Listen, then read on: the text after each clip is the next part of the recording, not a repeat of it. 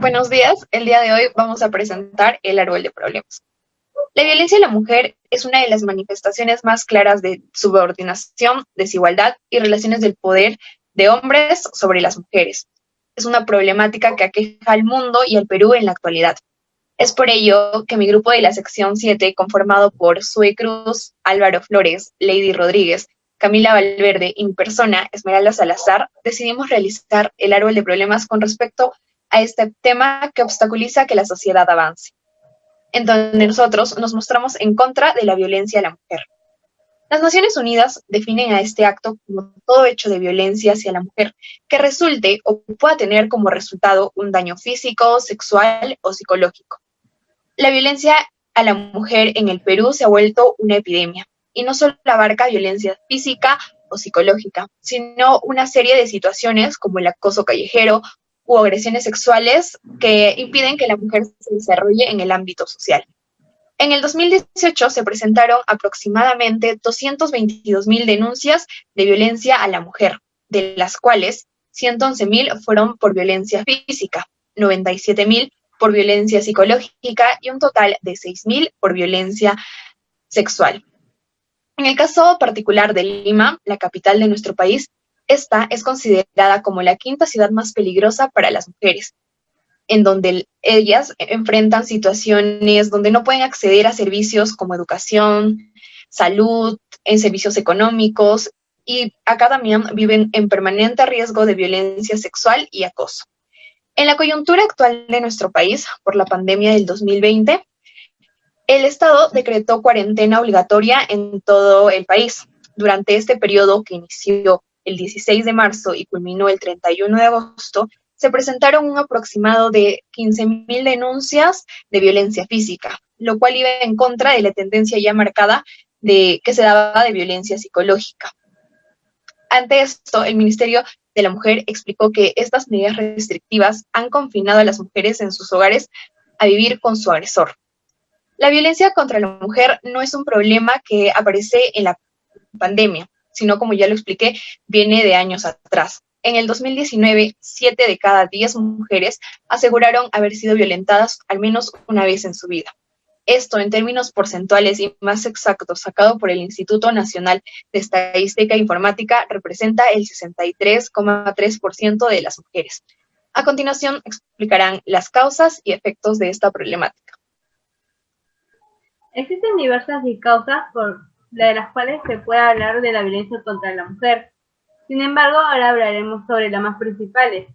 La primera causa, la cultura machista, que es una idea la cual engloba un conjunto de creencias, actitudes, conductas y acciones que enuncian erróneamente el hecho de la superioridad del hombre sobre la mujer en diferentes aspectos de la vida, además de que desprecia toda actitud o forma de vida de un varón que no esté alineada con el estereotipo de masculino, es decir, que sea fuerte y superior. Sin embargo, aún existen lamentablemente estas ideas en la sociedad.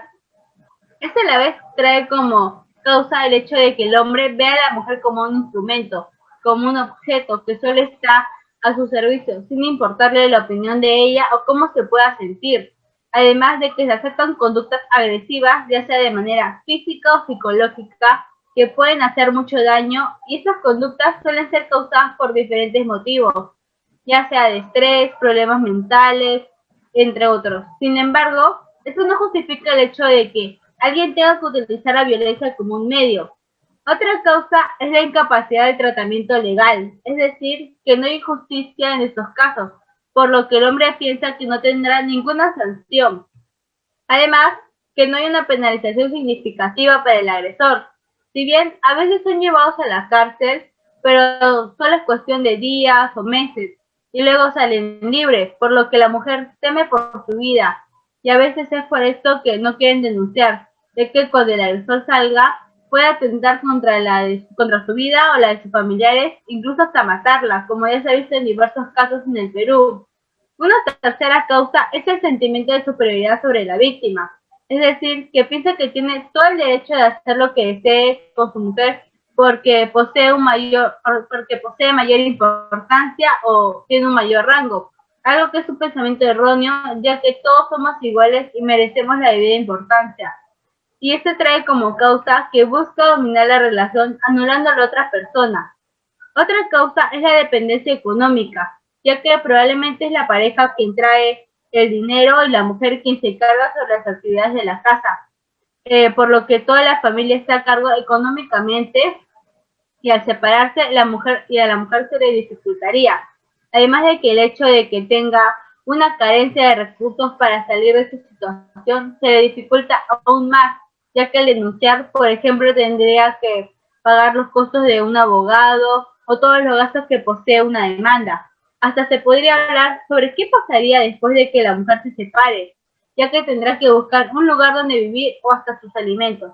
Y por último tenemos a la causa de los problemas de salud mental en el agresor, ya que tener un pensamiento así no es algo normal, ni su forma de actuar, además de que se podría considerar un peligro para la familia, incluso para la sociedad. Y este trae a la vez como causa el hecho de las situaciones de tensión en la familia, que puede existir cuando existe en presencia de la pareja. Por parte de los efectos que produce la violencia contra la mujer en el Perú, tenemos en primer lugar la baja autoestima y la inseguridad, que a su vez ocasiona sentimientos de culpa, ya que algunas víctimas tratan de minimizar el abuso o de ocultarlo. Por otra parte, tenemos el aislamiento emocional y retraimiento social, ya que guardan sus emociones para sí mismas, no son capaces de recibir o solicitar apoyo emocional de otras personas y están aparentemente indiferentes con respecto a la sociedad. En segundo lugar, en el aspecto de la violencia física, estas son las consecuencias más visibles. Lesiones diversas como contusiones, traumatismos y en un nivel más grave terminar en feminicidios. En tercer lugar, la perpetuación de la violencia provoca la transferencia intergeneracional de la violencia. Las experiencias de este hecho intrafamiliar a una edad muy temprana afectan gravemente en el desarrollo de los hijos y en su conducta en una edad más adulta. Como último efecto, los problemas conductuales y emocionales que afectan a las víctimas dejan conmociones psíquicas, trastornos, crisis de ansiedad y depresión, interfiriendo con la capacidad de la víctima para desenvolverse como lo haría en circunstancias normales e incluso provocando el surgimiento de ideas suicidas. Eso sería todo, muchas gracias. Muy buenas tardes, profesora y compañeros. En esta oportunidad vamos a exponer el árbol de problemas, desarrollado por Santos Cárdenas Mauro, Díaz Olivares Jorge y las expositoras Ramírez Solsol Nicole y mi persona, Cajacuri Zurita Rocío. ¿Sabía que en los últimos 30 años Perú contabiliza 6 presidentes acusados de corrupción, desde Alberto Fujimori hasta Martín Vizcarra? Todos ellos tienen procesos judiciales, investigaciones, condenas, destituciones por el Congreso e incluso un suicidio llevado a cabo por el presidente Alan García. La corrupción es inhumana, que habiendo tanta gente que necesita, existen personas egoístas quienes no les importa quiénes aplastar para estar en la cumbre y utilizar el poder como un medio y no como un fin. No obstante, ningún país es inmune a esta problemática, pero los países en vías de desarrollo son los más afectados. Por ello, presentamos nuestro árbol de problemas teniendo como problema central la corrupción política en el Perú, teniendo como causas: 1. La impunidad. Existe una percepción que en la administración de justicia prevalece la impunidad frente a los actos de corrupción, que es negativa para un país. Por ende, existe una falta de legislación anticorrupción adecuada.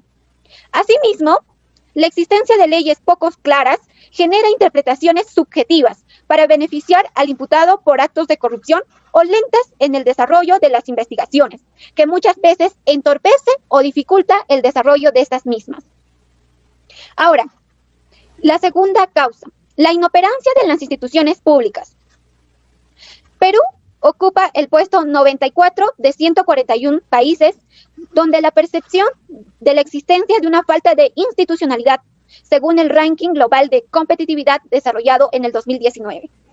La desconfianza en la policía y el poder judicial no solo limita el accionar de las víctimas, ya que prefieren no denunciar bajo el supuesto que no conseguirá ninguna satisfacción o resultado. Asimismo, la falta de efectividad en sancionar estos delitos es como una carta de pase para quienes desean cometerlos.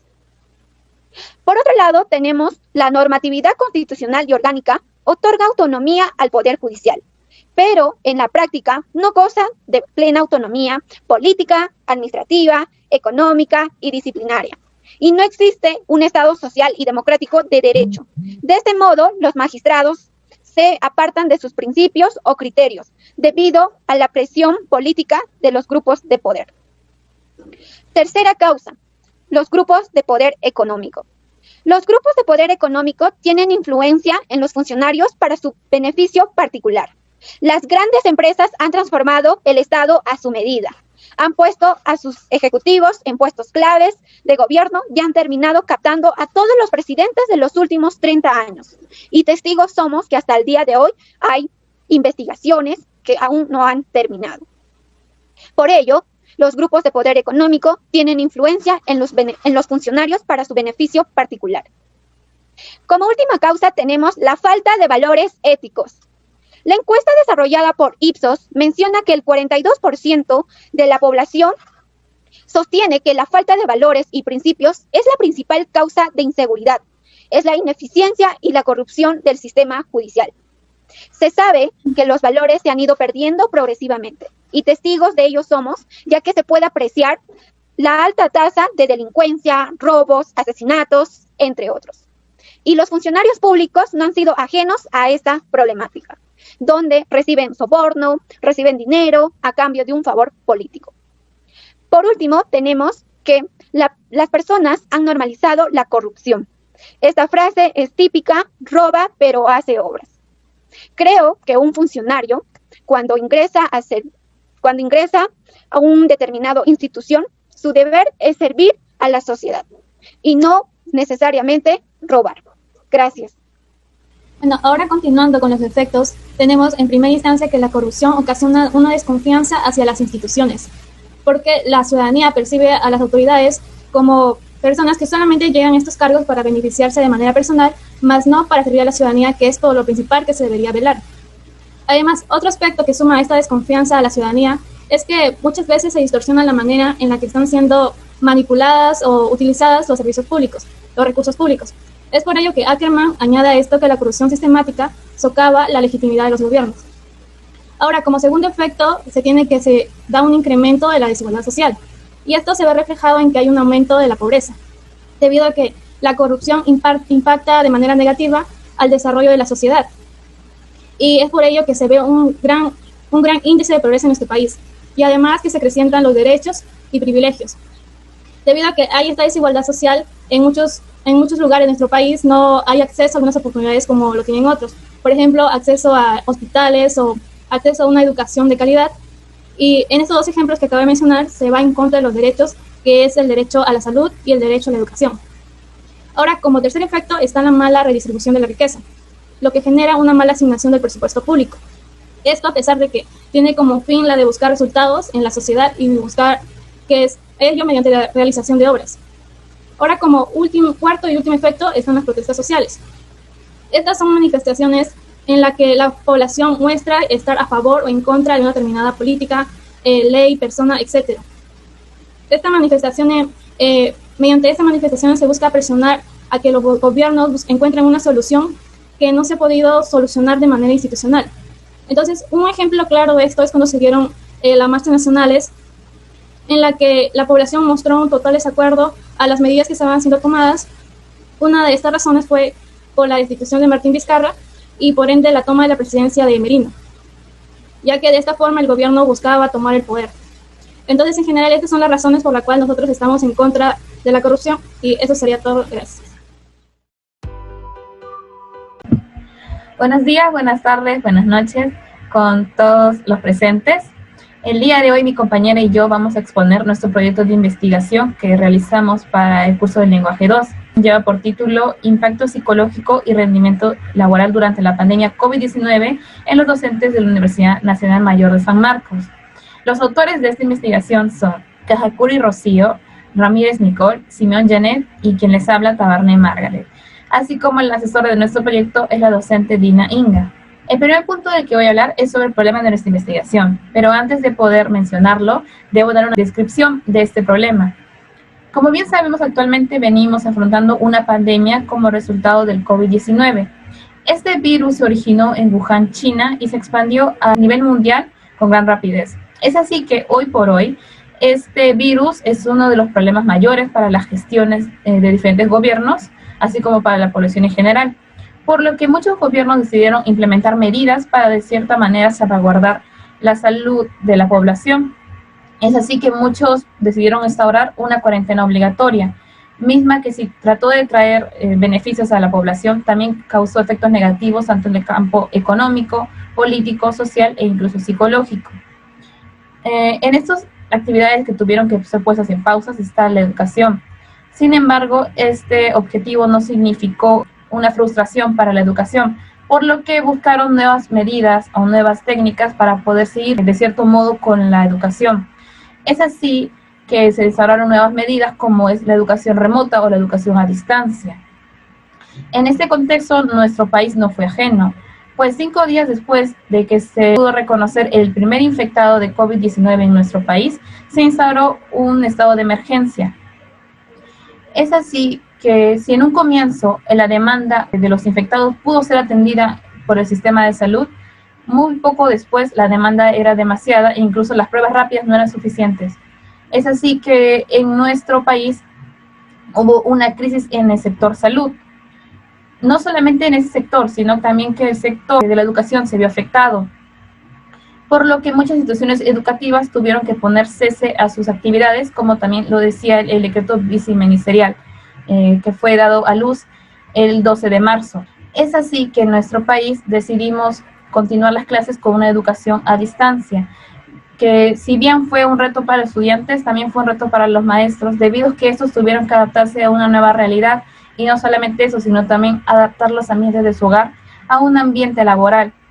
Nuestra institución, la Universidad Nacional Mayor de San Marcos, también decidió continuar con esta educación a distancia por medio de la enseñanza remota. Es así que se capacitaron cerca de 9,000 docentes de pregrado y posgrado, pues muchos de esos no tenían conocimiento sobre las nuevas técnicas informáticas y las nuevas herramientas para poder llevar a cabo esta educación. De este modo, 26,538 estudiantes de pregrado, y siendo estos 3,448 de la Escuela de Estudios Generales, iniciaron las clases el 1 de junio. Si bien, como mencioné con anterioridad, esto fue un reto para los alumnos, pues tuvimos que adaptarnos a un nuevo contexto, incluso muchos de nosotros éramos alumnos recién incorporados a la universidad, fue un reto aún mayor para los maestros, debido a que los maestros no todos respondieron de la misma manera, debido a ciertos factores que pudieron estar ligados a la pandemia, ya sea como la preocupación financiera o la preocupación por contraer la enfermedad, entre otras. Es así que el desempeño docente se vio afectado por esos factores psicológicos. Es debido a la incidencia de los trastornos psicológicos principales, el estrés, la depresión y la ansiedad, y la manera en la que ésta puede influir en el desempeño docente, que nosotros realizamos esta investigación. Por ello, nuestro problema general será: ¿qué relación existe entre el impacto psicológico y el rendimiento laboral durante la pandemia COVID-19 en los docentes del área de Ciencias Económicas de la Escuela de Estudios Generales de la Universidad Nacional Mayor de San Marcos de Lima, Perú, en el año 2020? Mientras que los problemas específicos serán: ¿qué relación existe entre la ansiedad y el desarrollo profesional? ¿Qué relación existe entre el estrés y las destrezas para la enseñanza? ¿Y qué relación existe entre la depresión y la participación directiva durante la pandemia COVID-19 en los docentes del área de Ciencias Económicas en la Escuela de Estudios Generales de la Universidad Nacional Mayor de San Marcos de Lima, Perú, en el año 2020? Por otro lado, el objetivo de nuestra investigación es determinar la relación que existe entre el impacto psicológico y el rendimiento laboral durante la pandemia COVID-19 en los docentes del área de Ciencias Económicas de la Escuela de Estudios Generales de la Universidad Nacional Mayor de San Marcos de Lima, Perú, en el año 2020. Y los objetivos específicos serán identificar la relación que existe entre la ansiedad y el desarrollo profesional, describir la relación que existe entre el estrés y las destrezas para la enseñanza, y evaluar la relación que existe entre la depresión y la colaboración directiva durante la pandemia COVID-19 en los docentes del área de Ciencias Económicas en la Escuela de Estudios Generales de la Universidad Nacional Mayor de San Marcos de Lima, Perú, del año 2020. Los antecedentes que usamos para esta investigación están desde dos ámbitos: el ámbito internacional y el ámbito nacional. En cuanto al ámbito internacional, decidimos usar la investigación de Méndez, Campelo, Piñeiro, Ribeiro y Mezquita del año 2020, titulada Estrés y depresión en docentes de una institución pública de enseñanza. Esta investigación cualitativa se dio en 163 docentes de una escuela pública en la ciudad de Teresina. En esta se pudo ver pues, que existe un vínculo estrecho entre los sucesos intrínsecos y la toma de decisiones decisivas y la manera en la que éstas pues, influyen directamente en la carga de estrés del docente, además de la relación que existe entre los síntomas de depresión y el desarrollo del estrés en los docentes. De manera que las cargas de estrés son directamente proporcional a los signos de depresión. En cuanto al ámbito nacional, decidimos usar la investigación de Figueroa, publicada en 2018, titulada Estrés laboral y el desempeño docente en la institución educativa número 7228, Peruana Canadiense, Bier Salvador, 2018. Esta investigación también buscó, pues de cierta manera, ligar las dos variables, estrés laboral y desempeño docente, en la que se vio que existe una relación inversa y negativa entre el desempeño docente y el estrés laboral, así como una relación inversa y negativa entre el desempeño docente y el cansancio emocional, y por último, una relación inversa y negativa entre el desempeño docente y la despersonalización. En cuanto a nuestras bases teóricas, trabajamos con dos variables. La primera variable habla sobre el impacto psicológico. Cuando hablamos de impacto psicológico, hacemos referencia a las consecuencias o a los efectos que determinado suceso puede causar. Existen investigaciones recientes que señalan que si bien la pandemia y la cuarentena que trajo consigo este contexto del COVID-19 trajo efectos positivos, también trajo muchos efectos negativos. En nuestro contexto educativo, tanto docentes como alumnos no estuvieron exentos de sufrir efectos negativos, por lo que veremos que ligado a diferentes factores, ya sea como la preocupación por contagiarse o las nuevas recomendaciones o incluso el distanciamiento social, causaron que de cierto modo se vean efectos negativos en el campo psicológico. Ahora, para esta investigación decidimos ver este impacto psicológico desde tres dimensiones: la ansiedad, el estrés y la depresión. Cuando hablamos de ansiedad, hacemos referencia a la emoción que el cuerpo presenta ante situaciones que son desafiantes, por lo que prepara al cuerpo mediante señales ya sean fisiológicas o del comportamiento para hacer frente a estos desafíos. Algunas de las señales fisiológicas que el cuerpo presenta ante la ansiedad son taquicardia, aumento de la presión arterial, sudores, temblores, entre otros. Cuando hablamos del contexto de la pandemia, podemos relacionar la ansiedad mayormente con el miedo al contagio del virus. Es así que muchas personas han experimentado cuadros de ansiedad. Sin embargo, cabe mencionar que no siempre la ansiedad es negativa, pues si existe una ansiedad demasiado baja, puede ser que las personas sean negligentes con su salud o de cierta manera no cumplan con las recomendaciones dadas por el Estado. En segundo lugar, tenemos el estrés. Cuando hablamos del estrés, hablamos de la reacción también fisiológica que el cuerpo presenta ante situaciones que pueden ser agobiantes o frustrantes para la persona. En este contexto de la pandemia, muchas personas han representado estrés, pero los sectores más susceptibles pues son las personas con males congénitos o males crónicos, niños, adolescentes y personal de salud. Sin embargo, en el ámbito educativo, tanto docentes como estudiantes también han visto cuadros de estrés debido a la adaptación a este nuevo contexto de la educación remota. Y por último, tenemos a la depresión. La Organización Mundial de la Salud hace referencia a la depresión como el conjunto de emociones negativas que presenta una persona. Estas emociones pueden ser baja autoestima, pérdida del interés, cansancio emocional, entre otros. Y esta puede ser pues crónica o recurrente. Las afecciones que la depresión tiene en la persona pueden ir desde dificultad para realizar las actividades cotidianas hasta el suicidio de la persona. En este contexto del COVID-19, personas que han experimentado pérdidas familiares o frustraciones por pérdidas financieras pueden representar problemas de depresión. Gracias. Variable 2. Rendimiento laboral. El rendimiento laboral es la calidad de servicio de trabajo que realiza el empleado dentro de la organización o institución donde labora. Ello influye una diversidad de factores que puede tener efectos positivos o negativos en su rendimiento laboral, entre las cuales tenemos, por ejemplo, las competencias que el profesional tiene, es decir, los conocimientos que tiene para poderse desempeñar dentro de su determinada área. Asimismo, implica las habilidades blandas, es decir, las habilidades interpersonales, que es la forma como se relaciona con su entorno. Por ejemplo, si posee escucha, una escucha activa, una comunicación activa, posee liderazgo, flexibilidad a los cambios, entre otros. Estos factores afectan su rendimiento laboral de forma positiva. Pero, ¿qué pasa con esos factores que afectan su rendimiento de manera negativa? Por ejemplo, ahora en el marco de la pandemia COVID-19, muchas de las personas han sufrido un impacto psicológico que se manifiesta a través del estrés.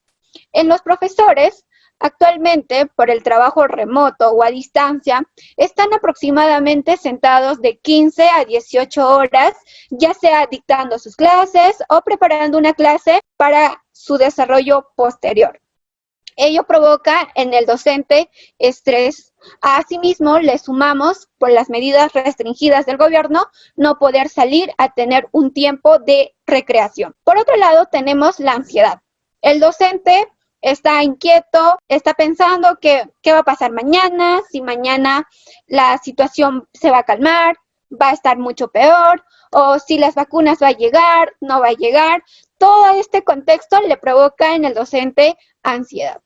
Finalmente tenemos la depresión.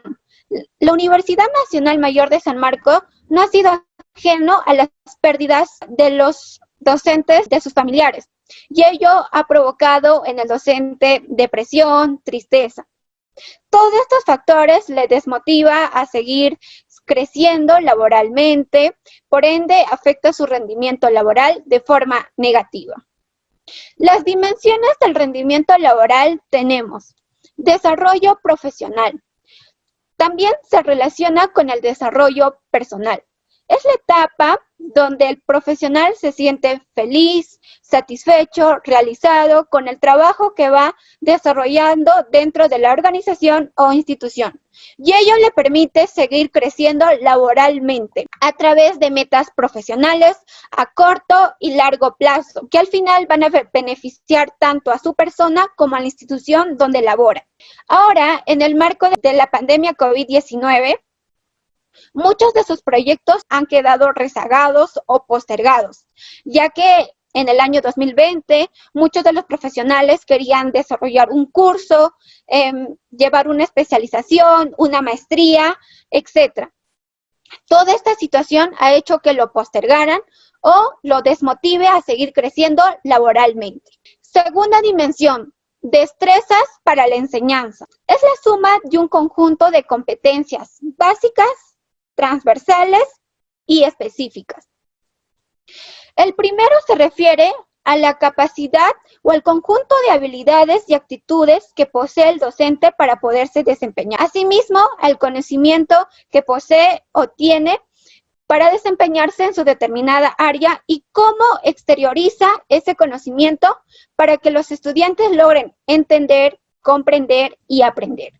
Asimismo, implica cómo se relaciona con sus pares, es decir, con sus compañeros de trabajo. El segundo, las competencias específicas, quiere decir el docente busque estrategias o métodos que se acoplen a la mayoría de sus estudiantes.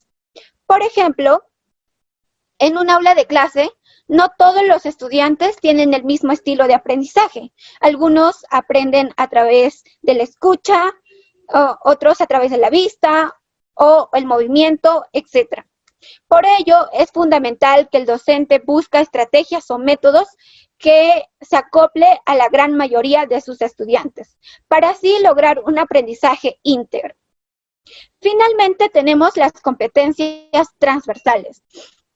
Es la capacidad del docente de realizar una autoevaluación o metacognición. Es decir, evaluar su desempeño laboral, la forma como está laborando, para remendar sus prácticas y buscar soluciones en pro de los estudiantes. En suma, todas estas competencias van a permitir que el desarrollo de las clases sea de forma eficiente. Además, por el contexto de la pandemia, no va a haber una interferencia en la relación que existe entre el estudiante y el docente. La tercera dimensión tenemos la colaboración directiva. La colaboración directiva es la capacidad del docente de poderse relacionar con sus pares, para así buscar estrategias y métodos para maximizar la enseñanza. Como sabemos, cada curso tiene su coordinación, es decir, realizan algunas reuniones semanales o mensuales. En esa reunión pueden buscar o debatir ideas para mejorar la enseñanza. Ahora, la hipótesis de nuestra investigación es: hipótesis general. El impacto psicológico se relaciona significativamente con el rendimiento laboral durante la pandemia COVID-19 en los docentes del área Ciencias Económicas en la Escuela de Estudios Generales de la Universidad Nacional Mayor de San Marcos de Lima, Perú, en el año 2020. Hipótesis específicas. Existe una relación significativa entre la ansiedad y el desarrollo profesional. Existe una relación significativa entre la depresión y la colaboración directiva. Y existe una relación significativa entre el estrés y las destrezas para la enseñanza durante la pandemia COVID-19 en los docentes del área Ciencias Económicas en la Escuela de Estudios Generales de la Universidad Nacional Mayor de San Marcos de Lima, Perú, en el año 2020. Las variables de estudio son: variable independiente, impacto psicológico. El impacto psicológico se originó a partir de la pandemia COVID-19. Ello trajo como consecuencias el estrés, la ansiedad y la depresión. Todos estos factores se relacionan con el rendimiento laboral, siendo el rendimiento laboral una variable dependiente. Metodología. El tipo de investigación es básica porque tiene la finalidad de incrementar conocimientos a partir de la obtención y recopilación de información. Asimismo, Sampieri define como un conjunto de métodos. Esto quiere decir que es un conjunto de normas y procedimientos empíricos que se basa en la experiencia o en la observación para hacer un estudio de un determinado fenómeno. El diseño de la investigación es no experimental, de corte transversal, de tipo correlacional. Los estudios correlacionales describen las relaciones que hay entre las variables dentro de la investigación. Es decir, hay una búsqueda de una relación y conexión entre las variables. Asimismo, Cancela sostiene que este diseño de investigación pretende predecir a partir de la relación de las variables. Enfoque de la investigación. El enfoque es cuantitativo. Esto es que los estudios cuantitativos son posibles ser medidos. Es decir, se le puede asignar un determinado número mediante la utilización de técnicas estadísticas para analizar los datos obtenidos. Por lo que es esencial la recolección de los resultados como también el procedimiento. Ahora pasamos a la población. La población de nuestra investigación está conformada por los docentes del segundo ciclo del área Ciencias Económicas de la Escuela de Estudios Generales de la Universidad Nacional Mayor de San Marcos, que consta de 94 docentes. Para la selección de la muestra se utilizó la fórmula del muestreo aleatorio simple, como pueden observar en la imagen, siendo la muestra 76 docentes. Finalmente, le presentamos las referencias utilizadas en nuestra investigación. Gracias por su atención. Buenos días, profesora y miembros del jurado.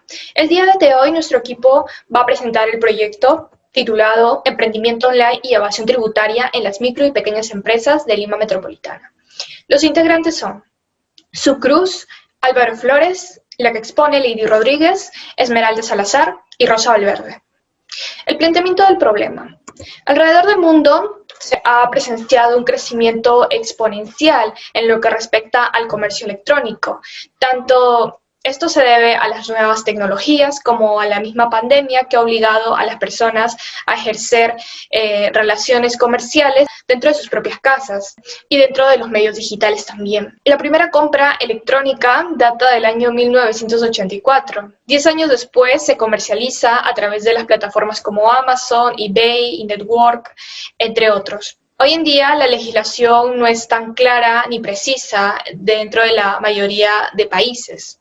Para ser más precisos, en Latinoamérica sucede lo mismo, es una situación similar, debido a que tanto el comercio como los emprendimientos online han ido creciendo, sobre todo en la coyuntura de la pandemia, pero al mismo tiempo la evasión tributaria también se ha ido incrementando cada vez más en el mismo contexto.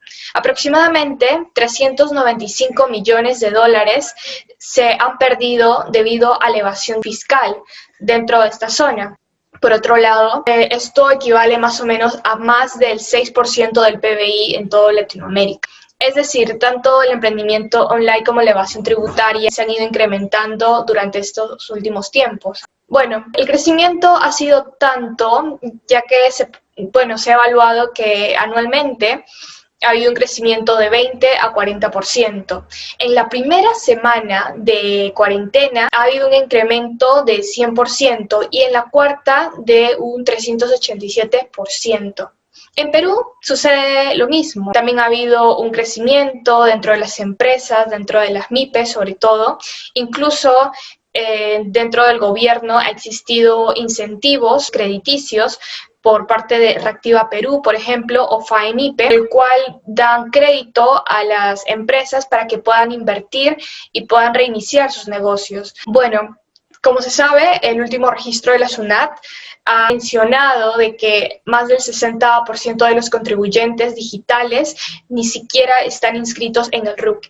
Esto quiere decir de que tanto las ayudas crediticias del Estado no abarcan ni a la mayoría de las empresas digitales. Esto es una gran problemática, sobre todo en el Perú y dentro de Latinoamérica.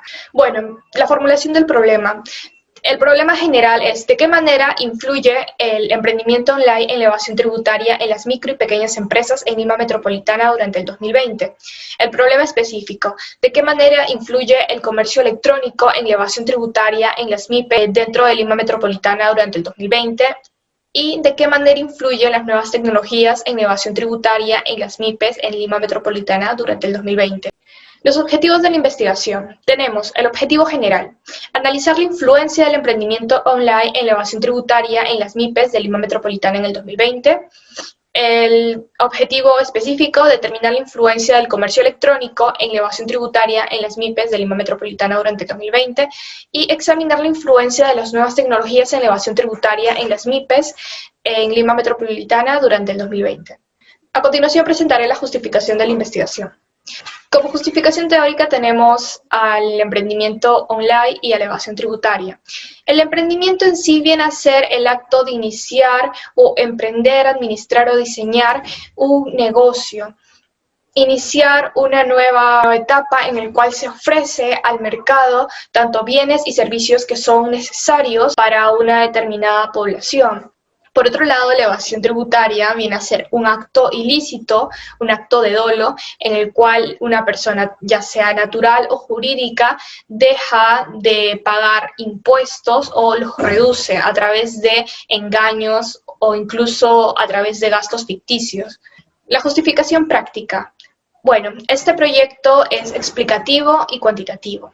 Bueno, está realizada mediante 2 encuestas que va a analizar tanto las conductas o patrones de 2 poblaciones. El primero que vienen a ser los ofertantes o las MIPES digitales y los consumidores que viene a ser la población de Lima Metropolitana.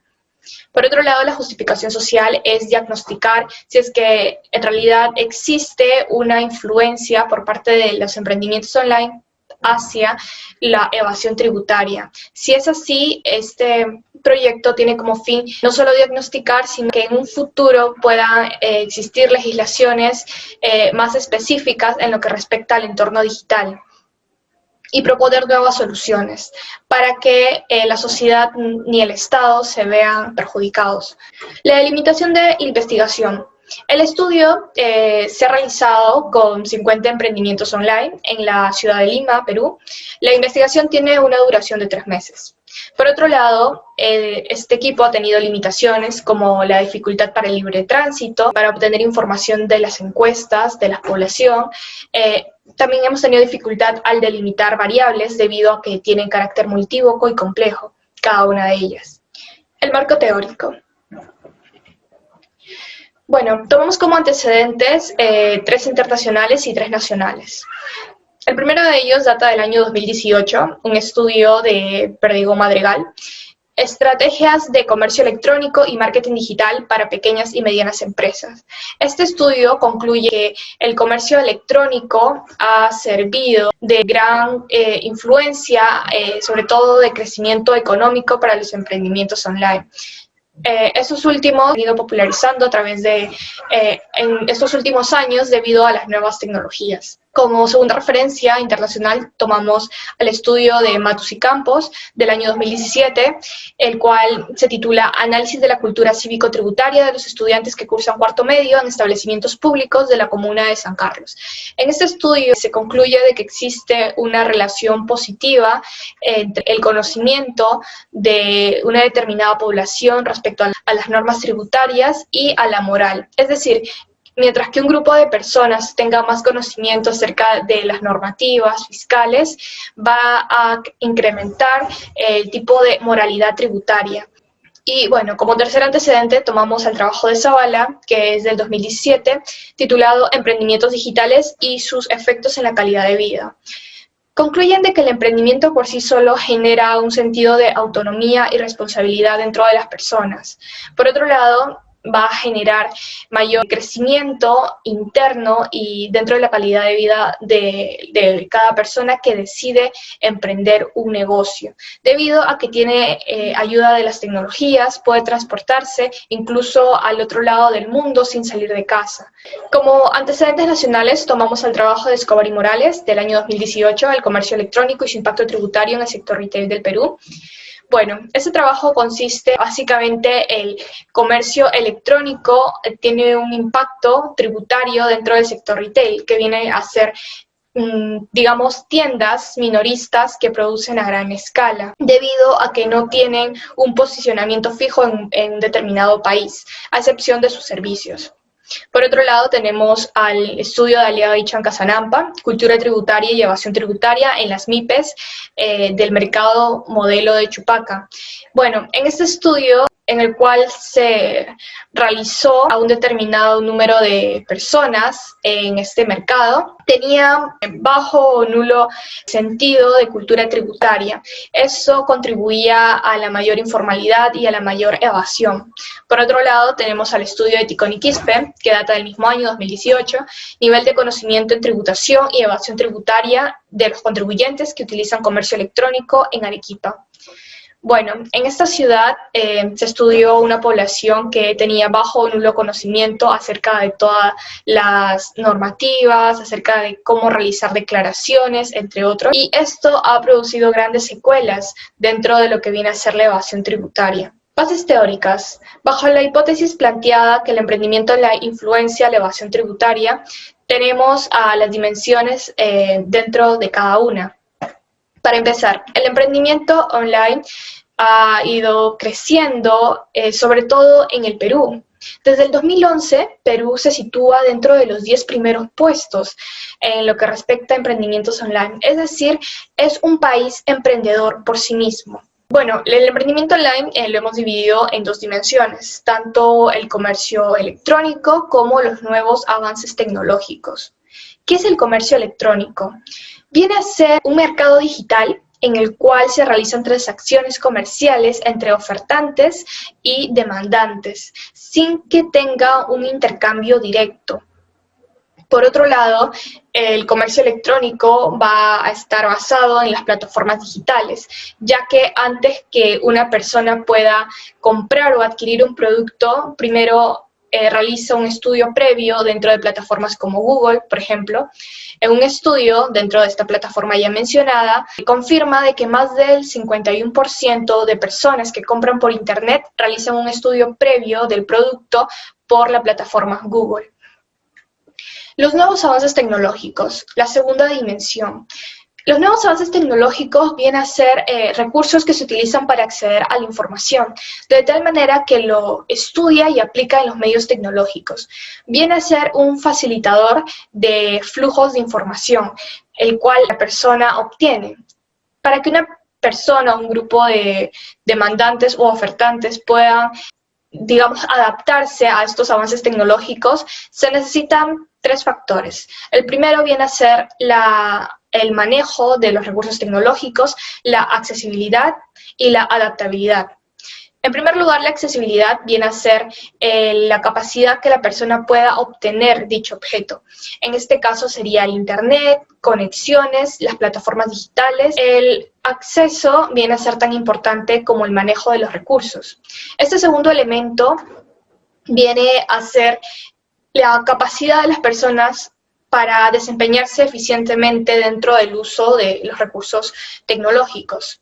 Y por otro lado, la adaptabilidad también es importante, debido a que la tecnología es cambiante, se va actualizando cada día y cada año. Y es por eso que la persona debe estar actualizada y adaptarse para que pueda tener buen desempeño dentro del manejo de estas nuevas TICs.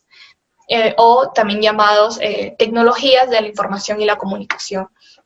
Por otro lado, tenemos a la evasión tributaria. ¿Qué es la evasión tributaria? Suele ser un acto ilícito por parte de un deudor tributario que le corresponde por ley pagar tributos al Estado o a los entes fiscalizadores como la SUNAT.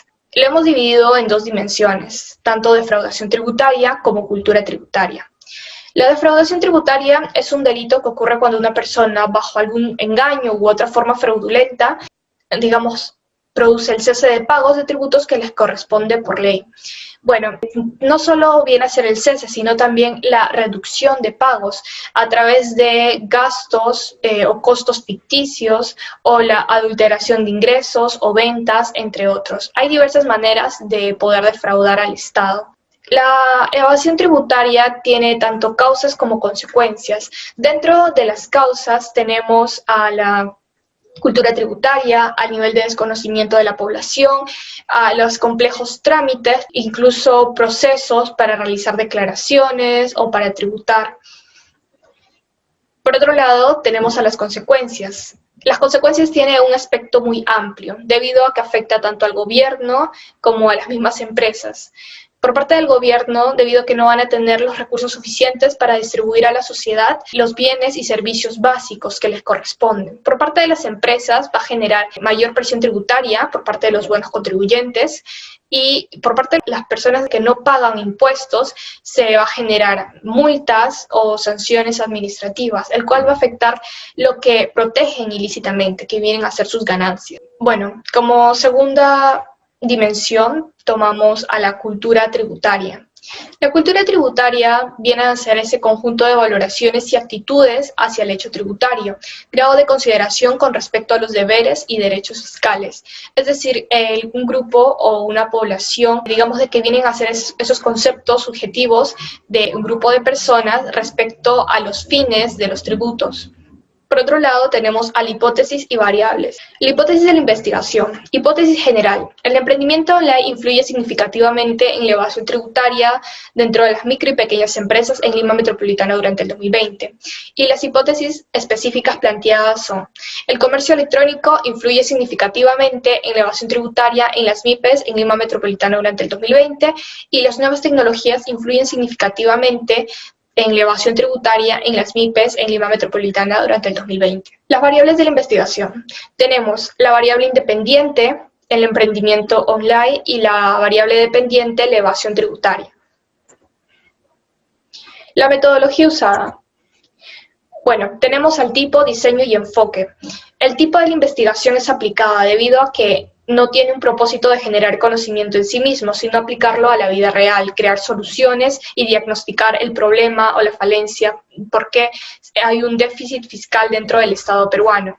Por otro lado, tenemos al diseño de la investigación, que es explicativa, no solo porque busca una relación causal entre estas dos variables, sino porque cada una de las variables posee cierta complejidad. Por otro lado, tenemos al enfoque de la investigación, que es cuantitativa, ya que sigue un orden metodológico secuenciado. Primero se ha planteado el problema, luego se hizo una revisión bibliográfica de literatura y a partir de ello se ha realizado hipótesis y se ha propuesto o se ha conjeturado nuevas soluciones. Por otro lado, este equipo ha tomado 2 poblaciones y 2 muestras, que vienen a ser tanto los ofertantes y la demanda en sí. La población de las MIPES viene a ser de 200 con una muestra de 50 bajo dicha fórmula. Y por otro lado, los consumidores también existe una población de 200 bajo una muestra de 115 personas. Por último, las técnicas de recolección de datos. Hemos utilizado encuestas virtuales debido a la coyuntura actual y esta encuesta permite recolectar información tanto de las personas quienes consumen como de las personas quienes ofrecen productos y servicios. Los instrumentos han sido divididos en 20 ítems y se pueden encontrar diversas preguntas reflexivas, directas, cerradas y de opciones múltiples. Por último, las referencias bibliográficas citadas. Con eso se concluye el trabajo. Muchas gracias.